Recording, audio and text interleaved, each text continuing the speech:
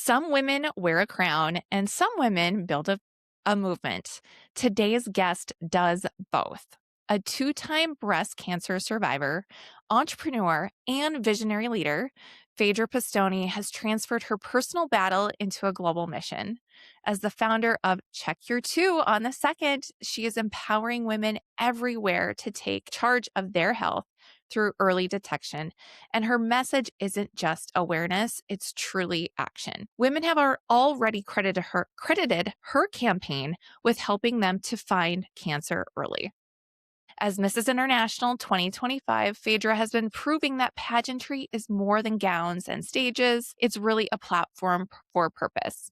Please welcome my sister queen and Mrs. International, Phaedra Pistone, to Act to Impact.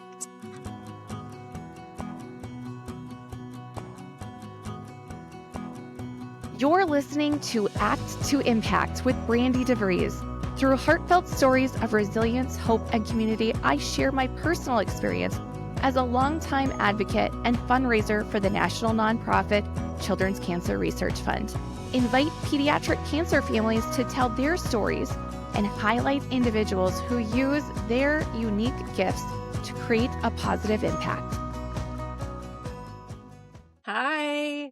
Thank you for having me on today. I'm so excited to see you and chat with you. Likewise. I know I'm so excited to hear more about what you've been up to this year and for people to listen what it's like to be Mrs. International and a two-time breast cancer survivor. But first of all, people should know that we competed together at Mrs. International. Yes, And we that's why you're did. here today. So thank you so much for taking the time to be here. And I don't know, my perception, I should say, is I don't think that a lot of people understand that why we need to be at a pageant like 3 or 4 days before we even hit the stage. I don't think they really quite realize what goes into competing in a pageant to get to that finals night or to prelims. And so I want to kind of give people a little glimpse into what it's like for us to be there together, backstage at the pageant, preparing for prelims and finals. And they should know that backstage is really where we get to know each other. Mm-hmm. So So true. I'm thankful that we're there 3, 4, 5 days ahead of time and that we get to know each other. And even though like backstage is a lot of hurry up and wait and stand here, do this, do that, but it's really in the middle of those rehearsals when we are doing the standing and hurrying up and waiting, we're in our heels. Or we have them in our hand because our shoes are killing our feet. And we have blankets wrapped around us because those Yes. theaters and conferences are so cold. But that's where we're being able to stand in line next to one another, like you and I were, getting to know each other, getting to know our stories, and just using that as an opportunity to connect. So yeah. Well said.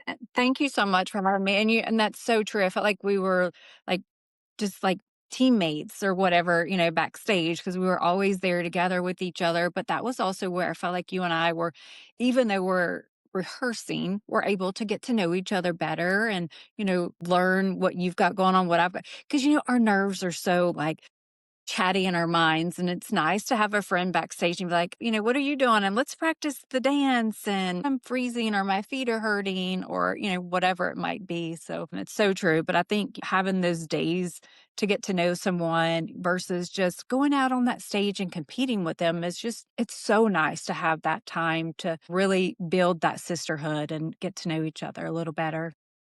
Absolutely. And even like it's so different competing in a Mrs. pageant and being backstage with married women because we Yeah. do have so many things going on. We have a lot to talk about because we're just not like living and dying for this pageant and a title. Like so many teens and Miss contestants do. They think that they have tunnel vision, that their eye is on the prize. This is the only thing that they have going for them. And it's just like, True. oh, I wish I could tell my former self, like, you just wait until you compete in a Mrs. pageant, and it's So going to be the true. best time of your life, meeting the most amazing women, hearing their stories. But yeah, I mean, I remember talking to you backstage and learning more about you as a survivor and sharing that I had my podcast, Act to Impact. And I was like, I want you to be on my podcast when this is done. And here we are. Here we are. I'm so I excited to be know. here. So proud of you and what you're doing. And I'm just very thankful that you wanted me to be a part of your Act to Impact. So thank you for what you're doing.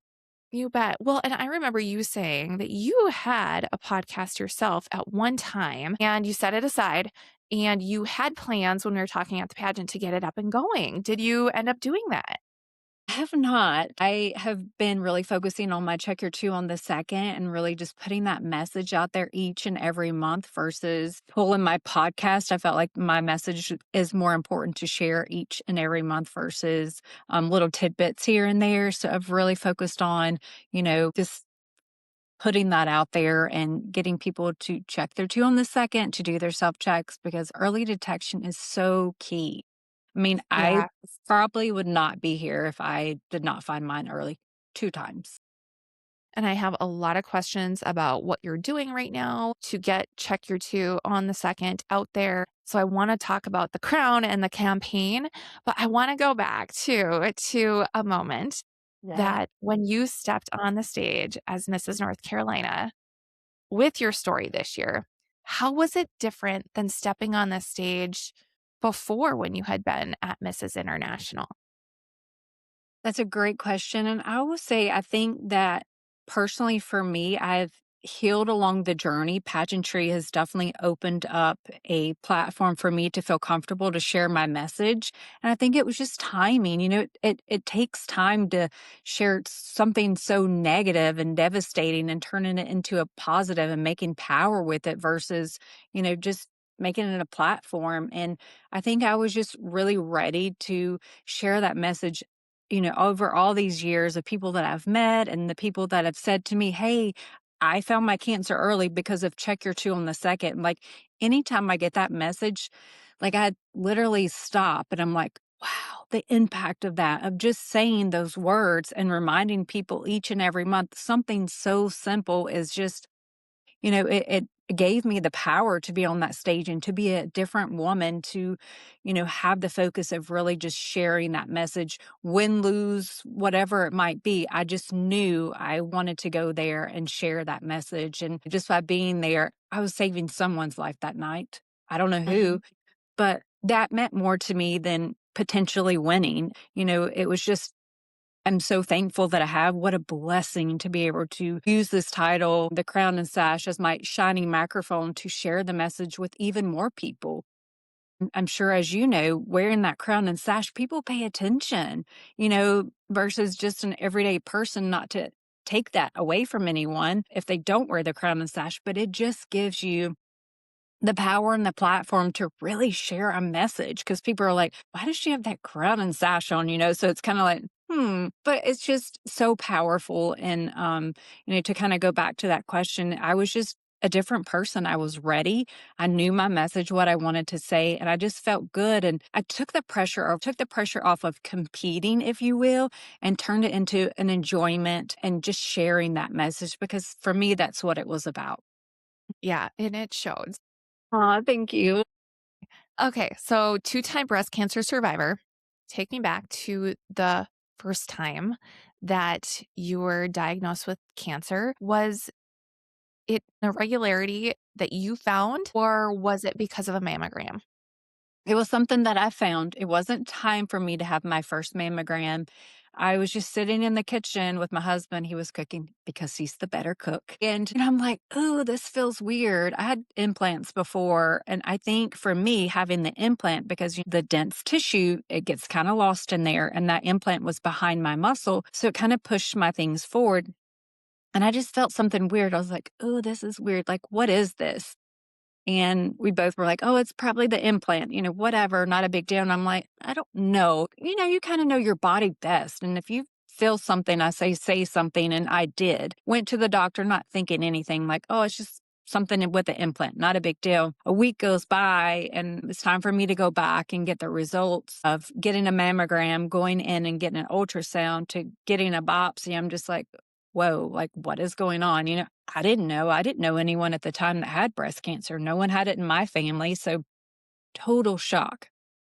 But I just knew, like, going in, sitting down, we were in this quiet room. It was my husband, myself, and 2 doctors and a binder that I knew at that moment without them sorry, I get upset because I take myself back to that moment. Mhm. I knew something wasn't right. I didn't know what it was. I didn't know what they were gonna say, but then they say it and you're like, "What? Like, what does this mean?" Like, am I going to die? Am I going to lose my hair? Am I gonna be able to do the things that I love again? Am I going to we were trying to have kids the first time. Am I gonna be able to have kids now? Like, what does this look like? Like, my life completely changed in an instant, and I didn't know what that meant. Mhm.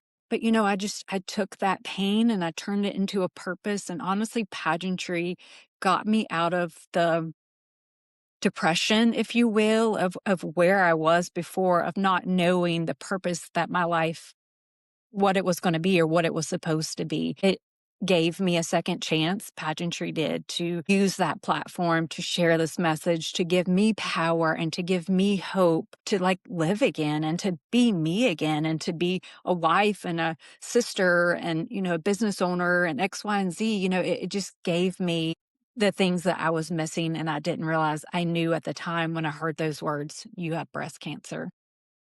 How did that moment outside of pageantry shape the woman that you are today?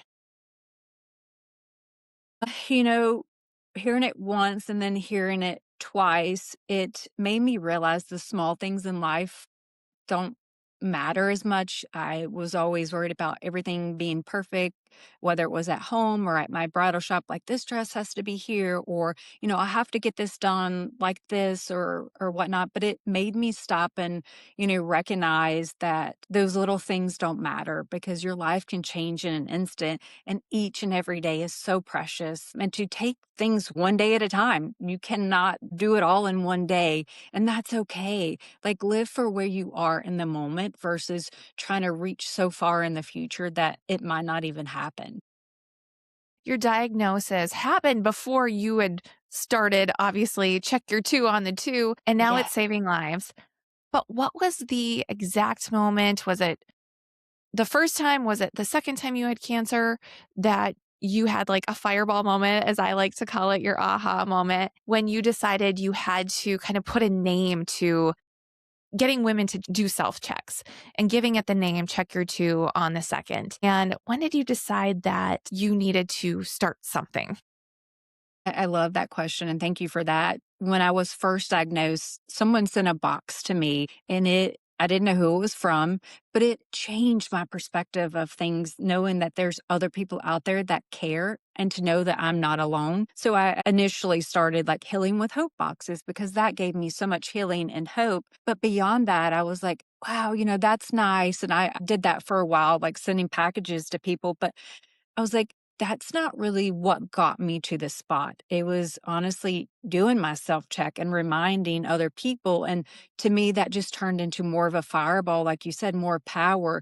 And my birthday's 10/2, so I'm a number 2. I felt like having breast cancer 2 times. There's just so many things with this number 2.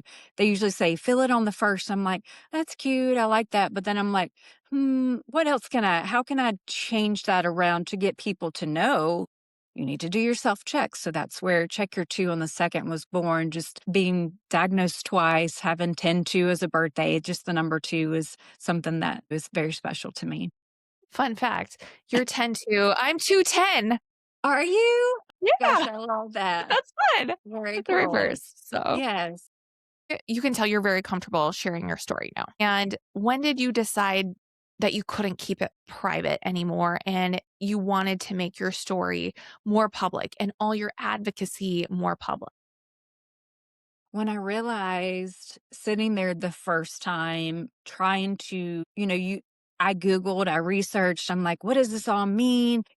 Going through those 3 months of just kind of sitting around trying to heal, trying to figure out like what a new life was looking like for me, realizing it wasn't about me, realizing it was about helping other people, whether I was doing my healing with hope boxes the first time. And then the second time, reminding people to be their own advocate, check your 2 on the second. But It just always became more not about me because when I shared my story, it gave me something. It gave me healing. It gave me hope. Like it just brought me to life. And in those moments, you just realize that it's God has given you a second chance for a reason, and what does that mean? What does it look like? And for me, it was honestly just getting that message out there, letting other people know they're not alone, and to share this message that wasn't just about me. It's about saving someone's life. Did you ever have fear or doubt creep in before you started sharing your story publicly on, "Is this the right thing to do?" Yeah, I did, and I didn't wanna be labeled. I didn't wanna be known as the cancer girl or having breast cancer. I was kinda embarrassed in the beginning, to be honest with you. I was like, "Oh my gosh," like, "what does this mean?" Like, have I personally done something wrong to get breast cancer the first time? Because no one in my family had it. So, you start doubting yourself and, like, what you're doing and where you are in your life, and is it like, what did I do wrong? But, it wasn't about me again. It was about me taking what God had put in my path and making it a bigger purpose for someone else to heal and to be a strong person for someone or be a voice for someone that has already left us or someone that doesn't feel comfortable about speaking up. I just wanted to be that person to be able to make a new way. I was told that I needed chemo and radiation the first time. And again, we were trying to have kids and they wanted me to do all this medicine and stuff, which is fine. Everybody needs to do their own thing their own way. But for me, I was like, I can't. Like, I don't want to do that. I don't want to put this poison in my body and burn me on the outside. It was on my left side, and I just felt like I was going to have heart problems later in life. And so, I've always been that girl. If I can make a different way for someone, whether that be sharing my story or making a new way with medicine, I wanted to do that. And that's, what's given me this hope and strength to continue to share my message to hopefully get other women to realize it's not a one size fits all. Not everybody needs chemo and radiation, even though you're pretty much told that. I think, here the last couple years, I don't hear as much, but still, I mean, that was what was told to everyone. Stage 0, 4 is a different story, but, I personally felt like there's a different way, and I needed to share my story to let other women know that. What stage were you diagnosed with? Stage 1. Both times?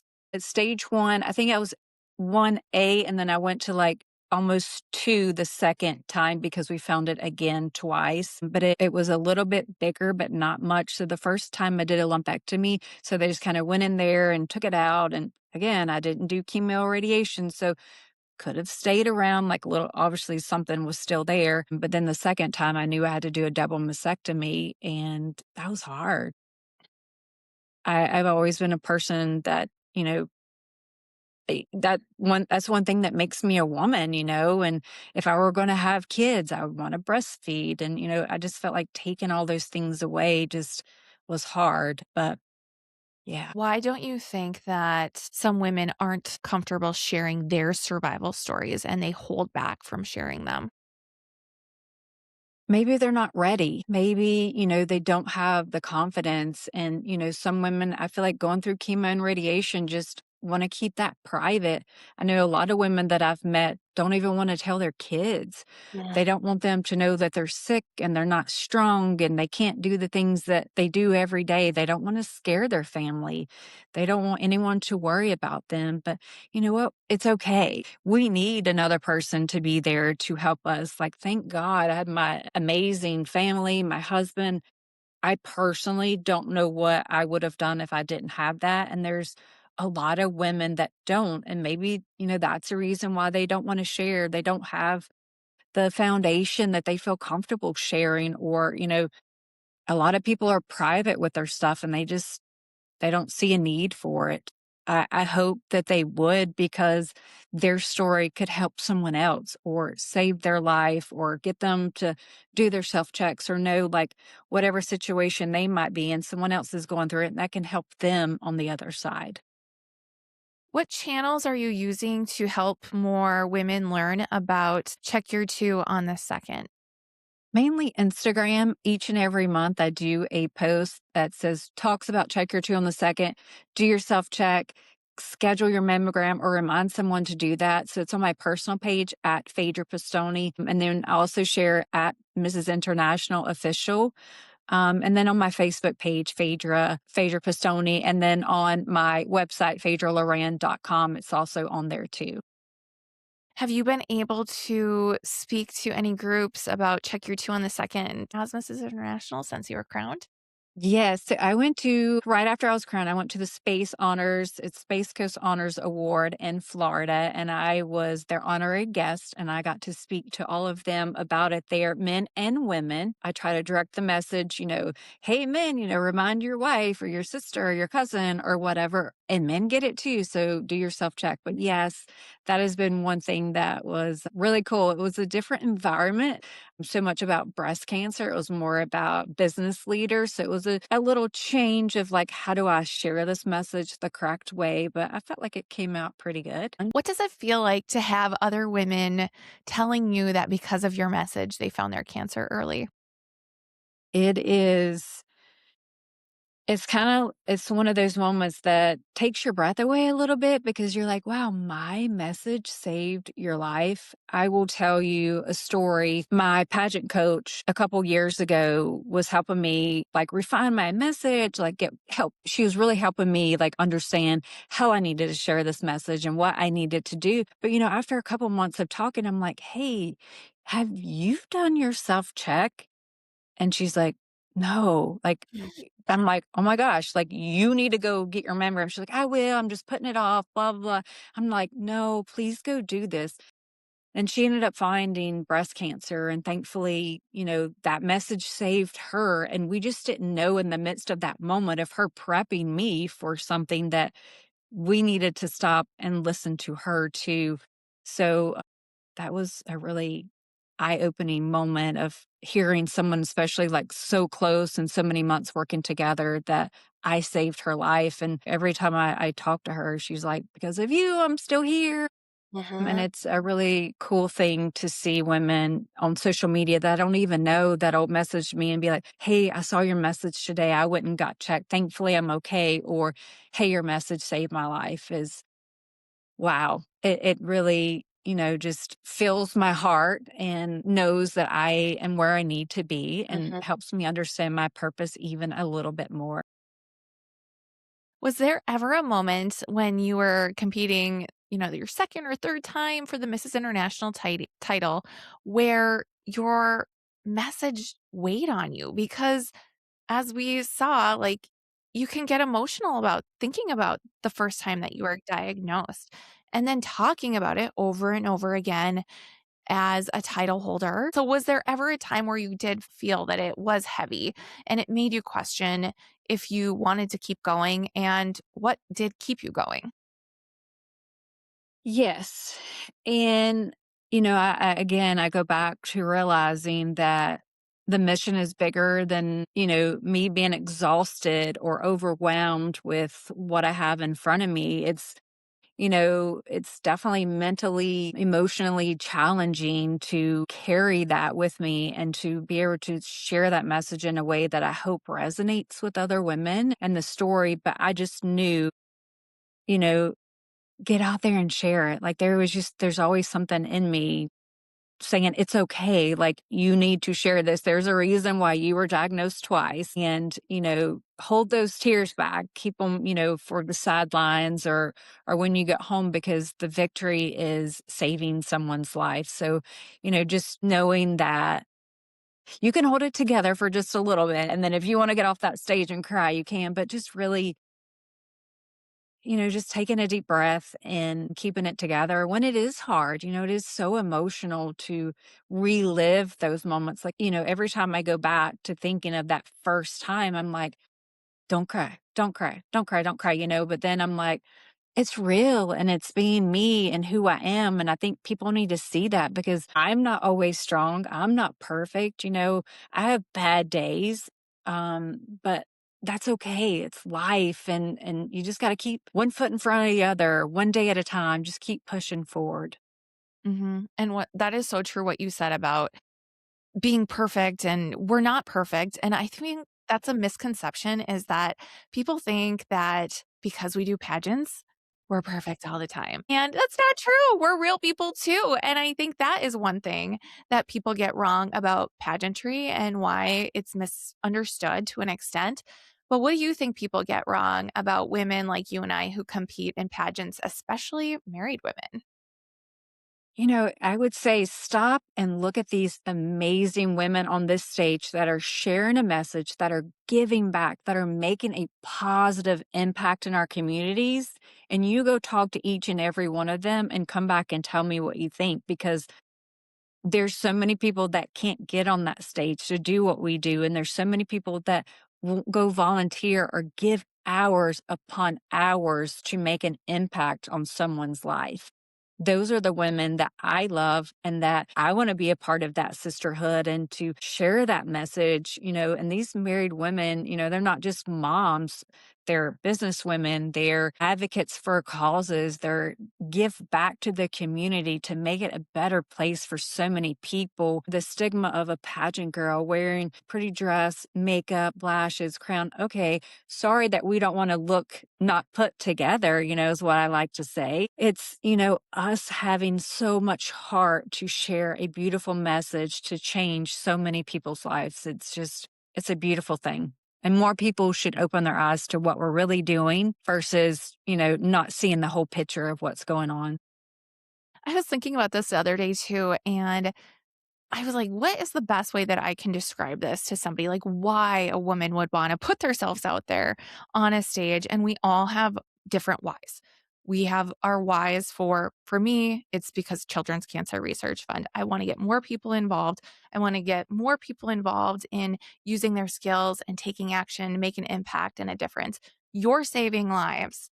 Those are our whys. But some women, their whys are simply, I want to get out of a depression. I want to get my body back after having a kid.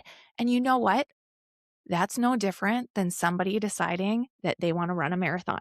That's You right. know, That's so it's true. like some of us can't understand why somebody would want to run a marathon. Fair. Those people that are doing it, they have their whys, and a lot of it is to get into shape, to run for a cause. A lot of people are running marathons to raise money for an organization. Really not that much different than what you and I are doing on that pageant stage. So true. I love that. What a great point. And it is, ours might look a little different because it's glam, but Right. why is it a negative thing? That's right. Exactly. So, yeah, I was thinking about that the other day and I'm like, I think this works. Maybe this is a way that I can start explaining this to people who don't understand our missions and our whys on why we get up on that stage and compete for titles. Well, and another thing, I know a lot of people talk about like this.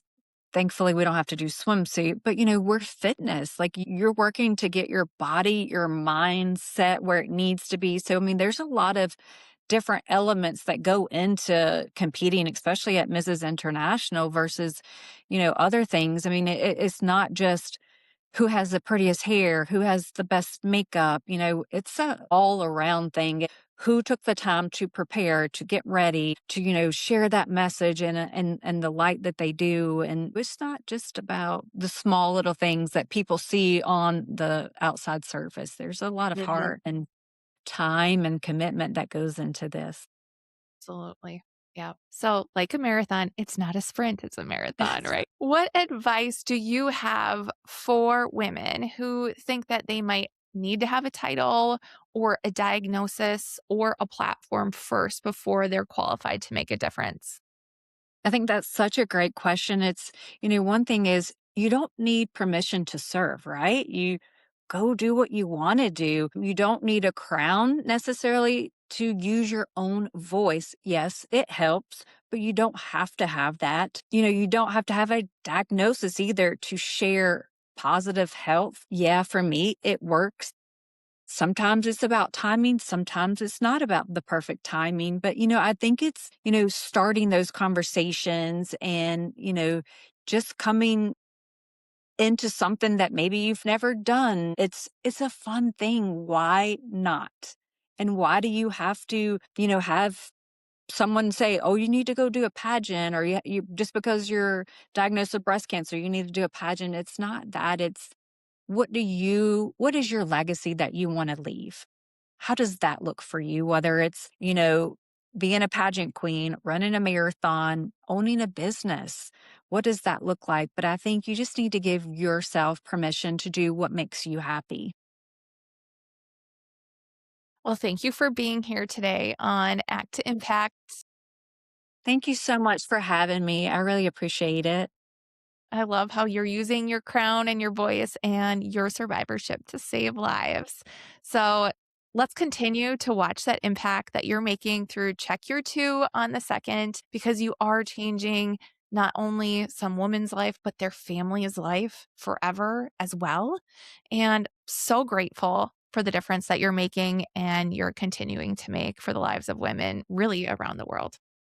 Thank you so much. Thank you so much for having me and continue to do the amazing good work that you're doing because it is making an impact. And I'm very thankful that you had me on as one of your guests today. So thank you.